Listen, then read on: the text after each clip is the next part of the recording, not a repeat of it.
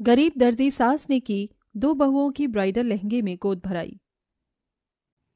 भिक्षा दे माँ, भिक्षा दे। एक गरीब औरत तेरे दरबार आई है, उसे खाने के लिए कुछ दे माँ। भिखारी औरत जैसे ही द्वार पर खड़ी होती है, लता की दोनों बहू उसे देखकर अपनी सास से कहती हैं, माँ जी, घर में अन्न का एक दाना तक नहीं है और हमारे द्वार पर एक भिखारी औरत खड़ी है। लता सिलाई मशीन से उठ जाती है और अपने दरवाजे के बाहर खड़ी हुई भिखारी औरत को कहती है, माफ करना बहन जी, हम तो खुद बहुत ज्यादा गरीब हैं। हमारे घर में आज अन्न का एक दाना तक नहीं है, ऊपर से मेरी सिलाई के पैसे भी नहीं मिले हैं मुझे। अरे बहन, ये कैसी बातें कर रही हो? भिखारी तो मैं हूँ और तुम्हारे घर में एक अन्न का दाना तक नहीं है, ये तो बहुत बड़ी बात है। खैर कोई बात नहीं, मैं किसी और द्वार से भिक्षा मांग लूंगी। वो भिखारी औरत वहां से चली जाती है, जिसके बाद बेचारी लता को बहुत ज्यादा अफसोस होता है। मैंने कभी नहीं सोचा था कि हम लोगों को इतनी गरीबी का सामना करना पड़ेगा। ऊपर से मेरे दोनों बेटों को कहीं पर भी नौकरी नहीं मिल रही है। हे भगवान, अब तू ही मुझे कोई रास्ता दिखा। लता इस तरीके से परेशान हो रही थी कि जिसके बाद वो अपनी मशीन पर बैठकर कपड़े सीने लगती है। वहीं उसकी दोनों बहू घर के काम कर रही होती हैं। तभी अचानक से घर पर एक औरत आती है। लता बहन, कहाँ हो तुम?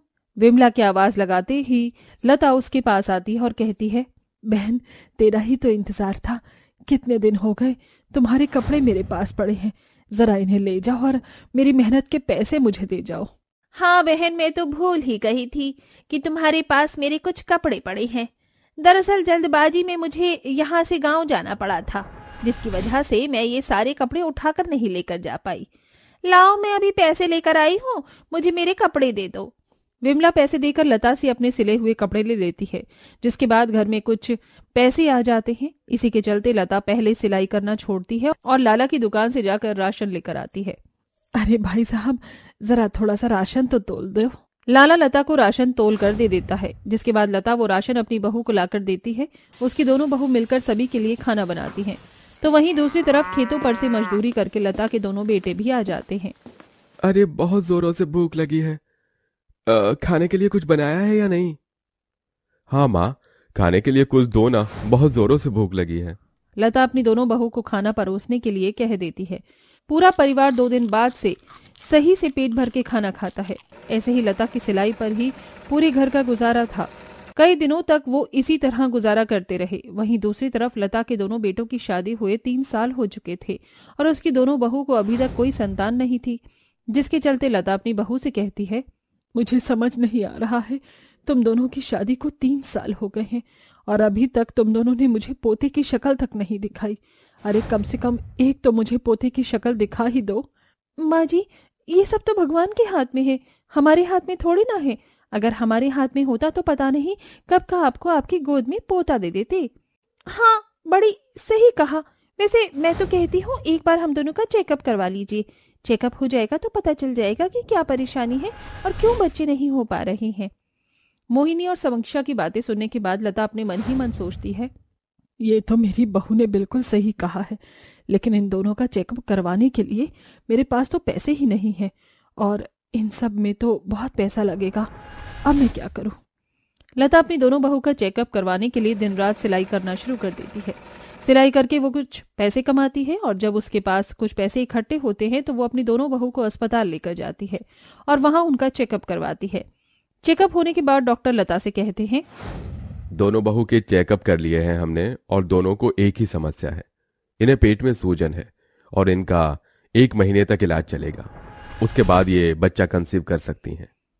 लता डॉक्टर को दवाई लिखने के लिए बोल देती है, जिसके बाद वो उन बचे हुए पैसों से अपने दोनों बहू को दवाई लाकर देती है। 1 महीने तक लता की दोनों बहू दवाई खाती हैं। लता खुद भूखी प्यासी रहकर अपनी बहू की खुराक और उनका अच्छे से ध्यान रखती है ताकि उनकी दवाई के कोर्स में कोई दिक्कत ना आए। 1 महीने बाद लता की दोनों बहू गर्भवती हो जाती हैं। माँ जी, आपके लिए हमारे पास एक बहुत बड़ी खुशखबरी है। हाँ माँ जी, और खुशखबरी ये है कि आप दादी बनने वाली हो।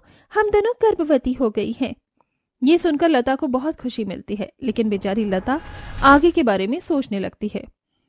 तो मुझे अपनी दोनों बहू का और भी अच्छे से ख्याल रखना होगा ताकि उन्हें कभी किसी चीज की परेशानी ना हो और मेरे दोनों पोते स्वस्थ पैदा हों। लता ऐसा सोचती है और थोड़ी परेशान होने लगती है कि तभी उसके दोनों बेटे उससे कहते हैं, क्या हुआ माँ? आपको तो खुश होना चाहिए था, आप तो एकदम सोच में पड़ गई हो। क्या आपको दादी बनने की कोई खुशी नहीं है माँ? अरे पागल, तू ये कैसी बात कर रहा है? भला मुझे कोई खुशी क्यों नहीं होगी? मैं तो आगे के बारे में सोच रही हूँ। अभी हमें दोनों बहू का अच्छे से ख्याल भी रखना है और फिर आगे जाकर उनकी गोद भराई की रस्म भी करनी है। तभी दोनों बहू के मुंह से निकल जाता है, हमारी गोद भराई की रस्म में तो हम लहंगा पहनेंगे, कितना प्यारा लगेगा ब्राइडल लहंगा। चुप करो मोहिनी, तुम्हें पता है ना हमारे घर में कितनी परेशानियां चल रही हैं और इसके चलते माँ जी और हमारे पति ब्राइडल लहंगा कहाँ से खरीदेंगे। ये सुनकर लता कहती है, अगर तुम दोनों का सपना है कि तुम दोनों ब्राइडल लहंगा पहनो अपनी गोद भराई की रस्म पर, तो मैं करके दिखाऊंगी। ये तुम चिंता मत करो, मैं तुम्हारे साथ तुम्हारा सपना पूरा जरूर करूंगी। तुम्हारे लिए इतना तो कर ही सकती हूँ मैं। लता ऐसे कहकर दिन रात कपड़े सिलकर बड़ी मेहनत करती है। तो वहीं दूसरी तरफ गोपाल और कन्हैया भी दिहाड़ी मजदूरी करके कहीं ना कहीं से पैसों का इंतजाम करते ही रहते हैं। धीरे धीरे ऐसे ही काफी समय बीत जाता है और उनका 7वां महीना चलने लगता है, जिसमें लता को अपनी दोनों बहू की गोद भराई की रस्म की बहुत चिंता होती है। उसने इतने दिनों से सिलाई करके कुछ पैसे जोड़े होते हैं जिन्हें लेकर वो बाजार से ब्राइडल लहंगे खरीदने जाती है, लेकिन रास्ते में कुछ चोर बाइक पर आते हैं और उससे सारे पैसे छीन कर ले जाते हैं। सारे के सारे पैसे इधर दे दे बढ़िया, नहीं तो मुझसे बुरा कोई नहीं होगा। तुझे भी मार के डाल देंगे और तेरे पैसे भी छीन कर ले जाएंगे। लता बहुत ज्यादा डर जाती है और वो सारे पैसे कालिया को दे देती है, जिसके बाद कालिया अपने साथियों के साथ वहां से चला जाता है। बेचारी लता बहुत ज्यादा परेशान हो जाती है और रोते हुए वापस घर की तरफ लौटने लगती है। मेरी दोनों बहू की गोद भराई की रस्म है, मैं कहाँ से उन्हें ब्राइडल लहंगा पहनाऊं? सारे तो पैसे वो चोर मुझसे चोरी करके ले गए।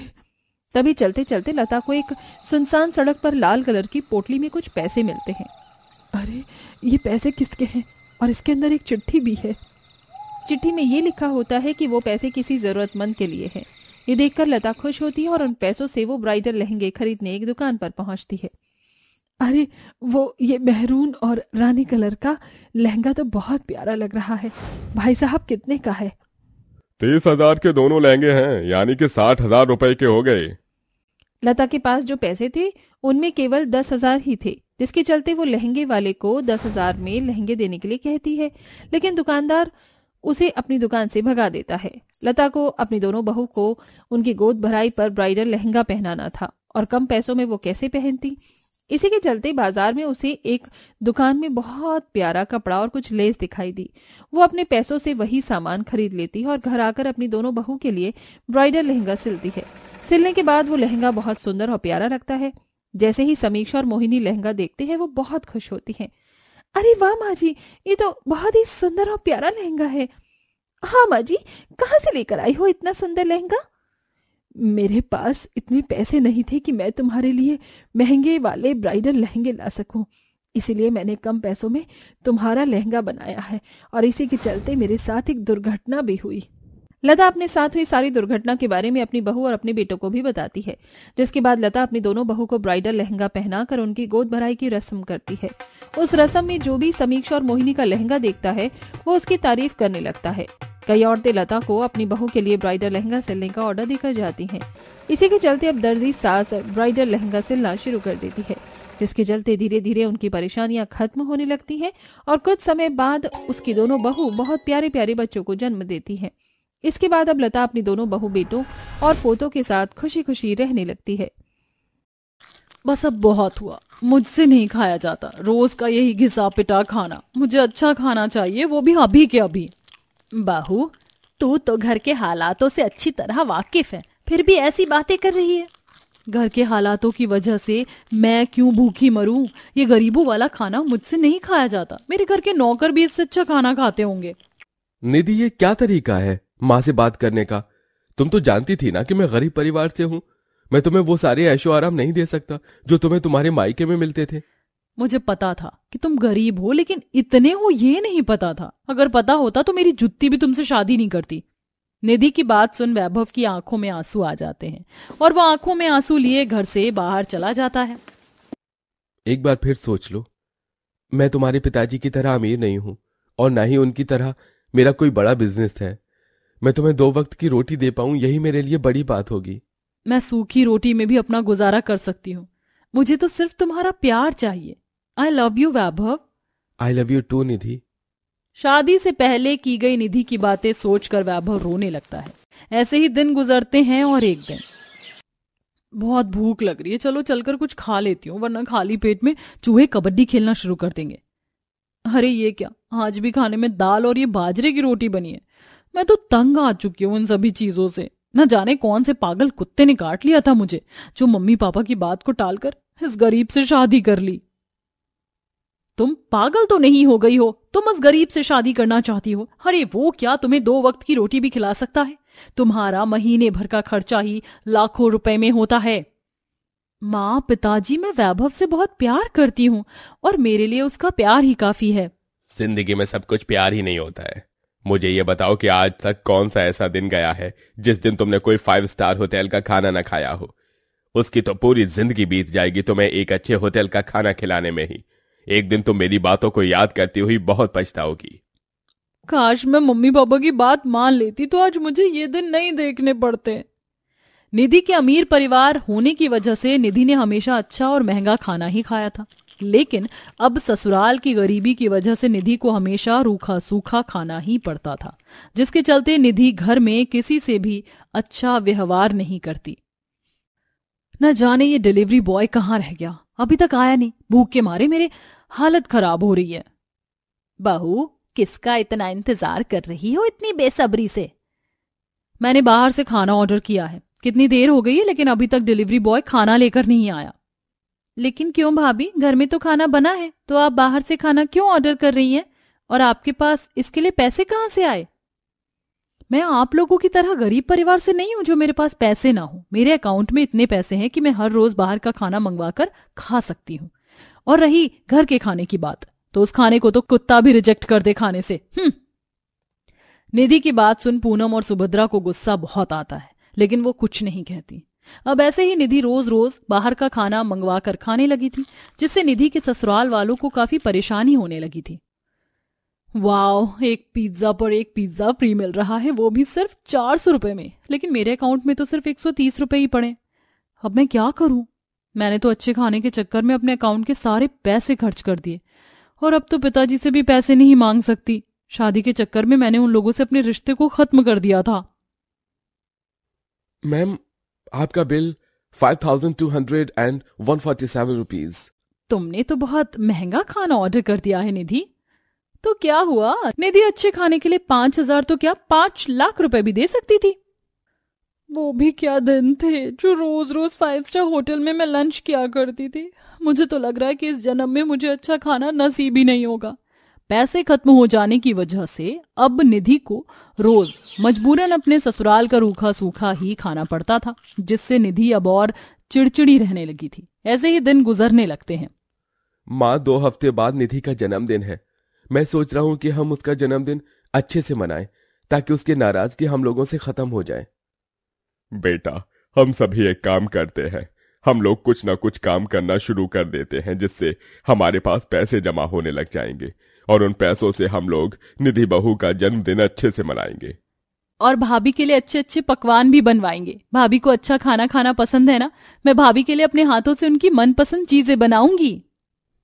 सारा परिवार अगले दिन होते ही काम की तलाश में निकल जाता है। आलोकनाथ काफी बूढ़ा होता है, लेकिन अपनी बहू के जन्मदिन के लिए वो एक मजदूरी का काम करना शुरू कर देता है। वहीं पूनम और पूनम की माँ सुभद्रा एक ढाबे पर बर्तन धोने का काम करती हैं, लेकिन निधि इन सभी बातों से अनजान होती है। ये ब्लाउज का गला तो काफी बड़ा हो गया है, अब मुझे उस सिलाई वाली की दुकान पर जाना पड़ेगा। निधि सिलाई वाली की दुकान पर जाने लगती है कि तभी निधि को रास्ते पर बने ढाबे में अपनी सास और नंद दिखाई देती है, जो बर्तन धो रही होती हैं। तुम दोनों के हाथों में जान नहीं है क्या, जो इतने धीरे धीरे बर्तन धो रही हो? और तू छोरी, यह पानी का गिलास ले और जाकर कस्टमर को पानी दे, कब से वो मांग रहा है। ठीक है साहब। पूनम पानी का ग्लास लेकर जैसे ही कस्टमर के पास जाती है, वैसे ही पूनम का पैर मुड़ जाता है, जिससे सारा पानी कस्टमर के ऊपर गिर जाता है। अरे ओ अंधी, क्या मेरी पूरी की पूरी शर्ट खराब कर दी? न जाने कहां से आ जाते हैं ऐसे लोग, काम करना आता नहीं है और चले आते हैं काम करने के लिए, बदतमीज कहीं के। मुझे माफ कर दीजिए साहब, रो मत बेटा, इन लोगों का तो काम ही है हम गरीबों की बेइज्जती करना। भूल मत, ये सब हम तेरी भाभी के जन्मदिन के लिए पैसे जोड़ने के लिए कर रहे हैं।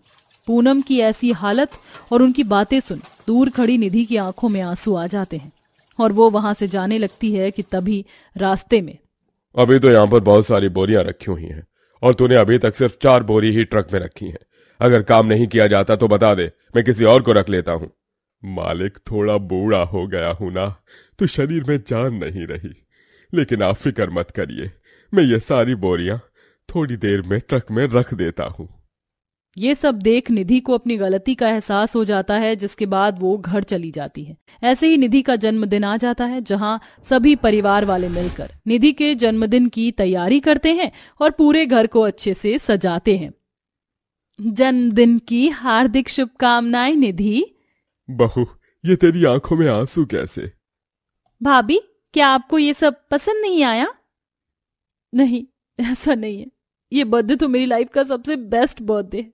मेरे इतने बुरे बर्ताव के बाद भी आप लोगों ने इतनी मेहनत करके मेरे बर्थडे के लिए पैसे जोड़े और इतना सब कुछ किया। मैंने तुम्हें, माँ जी और पिताजी को दूसरों के यहाँ काम करते हुए देख लिया था और आप लोगों ने मेरे लिए इतनी तकलीफ उठाई और बेइज्जती सही। मैं इन सभी चीजों के लायक नहीं हूँ। ऐसे मत बोल बहू, तू तो हमारी बेटी की तरह है। तुझे अपनी गलती का एहसास हुआ, यही हमारे लिए काफी है। चल अब रोना बंद कर। निधि, अब सब कुछ ठीक हो गया है तो ये रोना बंद करो और आकर अपना केक कट करो। सारे परिवार वाले निधि को माफ कर देते हैं, जिसके बाद निधि अपने ससुराल वालों के साथ मिलकर खुशी खुशी जन्मदिन बनाती है। अपने ससुराल वालों की हालत देख अब निधि भी जॉब करना शुरू कर देती है, जिससे निधि के घर के हालात ठीक होने लगते हैं और समय के साथ आखिर में सब कुछ ठीक हो जाता है और सारा परिवार खुशी खुशी रहने लगता है।